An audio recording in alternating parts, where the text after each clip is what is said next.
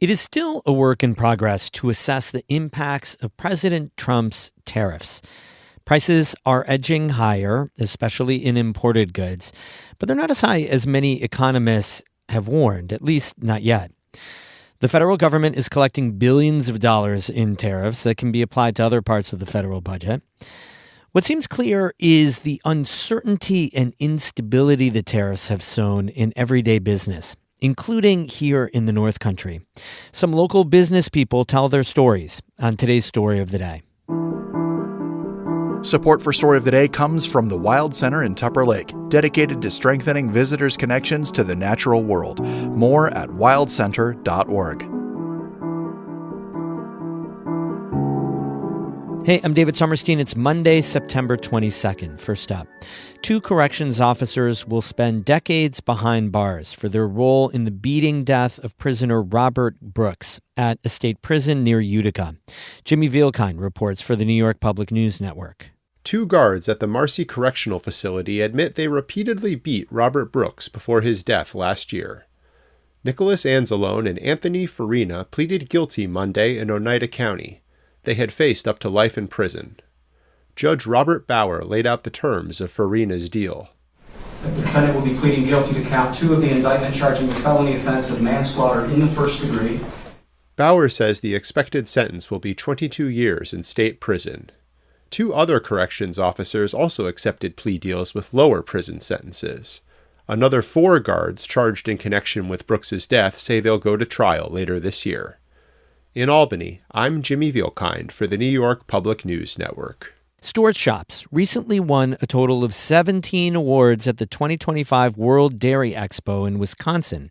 According to a company press release, Stuart's won first-place prizes for its eggnog, strawberry milk, rainbow sherbet, pistachio gelato, and lactose-free milk.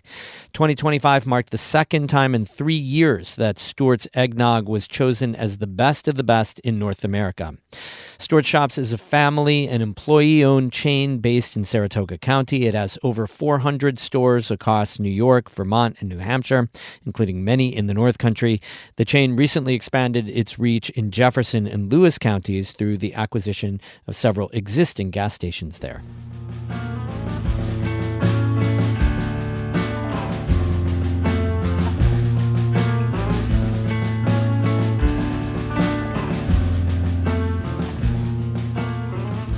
Global trade tensions have made their way to the North Country this summer.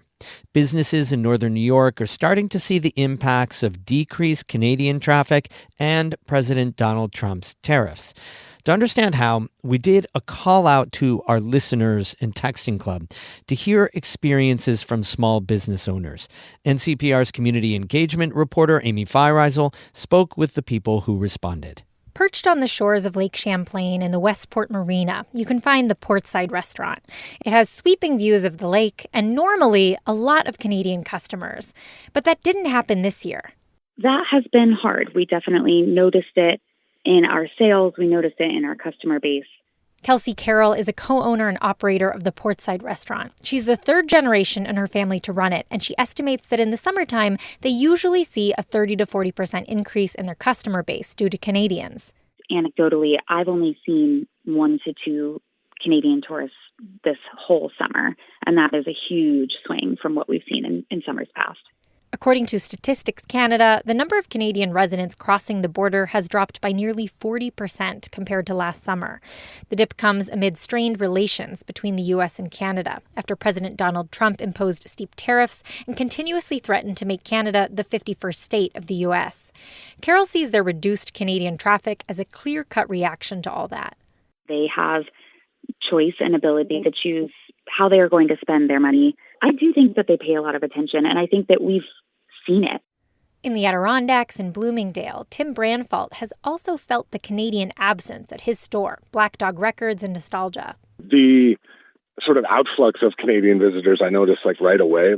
He says in June, his overall business was about half the dollar amount he'd netted in the 3 previous Junes. He says he's really missing his Montreal music lovers. I had 4 or 5 people who they made it a point. I saw them 3 years running, and no Facebook messages, no nothing. And there's another economic force that's squeezing Brandtfeldt's business, President Trump's tariffs. In his case, it's the tariffs on European countries, where he buys a lot of his records, both new releases and niche vinyls he gets from specialty labels. And they no longer ship to the U.S. So something that I tended to sort of specialize in, I'm kind of cut off from that now, which is a real huge bummer. Brandtfeldt says he's been pretty surprised at how much global trade tensions have impacted his one-man shop. And he says he's not the only one.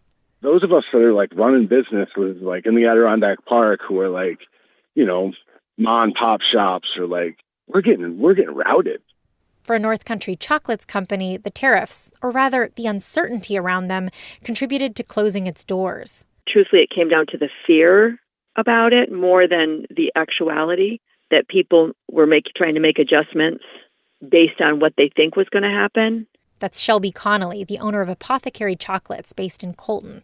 It used a European chocolate product called Calibo to make bars and truffles. When she started 8 years ago, Connolly says a 22-pound bag cost $90.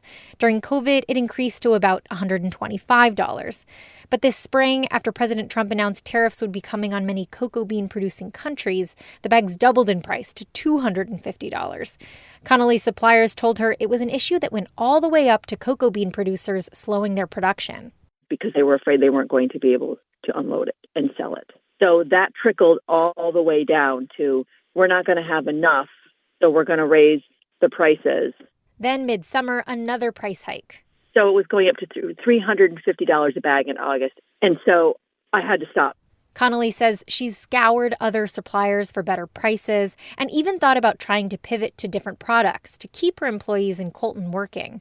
Maybe we'll make chocolate dipped things. However, all across the board, it wouldn't matter what brand, it was all going up significantly. Connolly doesn't lay the blame squarely on tariffs. There were price increases after COVID, packaging has been getting more expensive, but she says the tariff panic price surge was a storm the business couldn't weather. Connolly is a working acupuncturist, so she has another livelihood to fall back on. What she's losing sleep over is that her chocolatiers, 3 women she couldn't speak more highly of, no longer have work. And to watch their faces when I said, no, we have to be done now, it was very hard because that was their only job. They didn't have other jobs. In Ausable Forks, Ampersand Bulb Company is also grappling with higher costs for raw materials. In their case, tulip bulbs, daffodils, and peony roots. The business serves over 1,000 American flower farms. Owner Linda Diarco says sales are down, and they're seeing a lot of canceled orders. With the Trump administration coming in and adding these tariffs, the prices are becoming unsustainable. She says that's due to the 15% tariff on incoming bulbs, which is on top of higher prices due to recent climactic problems in the Netherlands. Diarco called the tariffs highway robbery of American farmers because they're the ones paying the cost. These tariffs are being tacked on, and there's no time for the farmers to make adjustments in order to be able to afford their invoices that we're sending them here in the fall. Diarco says that orders are so low and the uncertainty about the tariffs is so high that she didn't feel comfortable hiring any help this fall. Last year, she had 10 part-time workers. The uncertainty is really nerve-wracking. It makes me, as sort of a fiscally conservative business person, hold my cards a little bit closer. And she says the tariffs on flower bulbs are actually pushing American flower farmers out of business, which will mean that then the only available products are imported products. It's kind of like the opposite is happening from what the administration is kind of plugging. Diarco says she's reached out to all her elected officials, but doesn't know what else she can do other than hold on and hope for change in U.S. and global trade. It's a position many small business owners now find themselves in. Amy Feiereisel, North Country Public Radio. We reached 3 of the 4 business owners featured in the story through NCPR's Texting Club. If you'd like to join the club and help shape our newsroom coverage and storytelling, text the word NEW to 315-978-6277. That's the word NEW to 315-978-6277. We have more news all the time on our website, ncpr.org. Music today by Ben Sharon of Watertown and Pencil Dive of Saratoga Springs. I'm David Sommerstein, North Country Public Radio.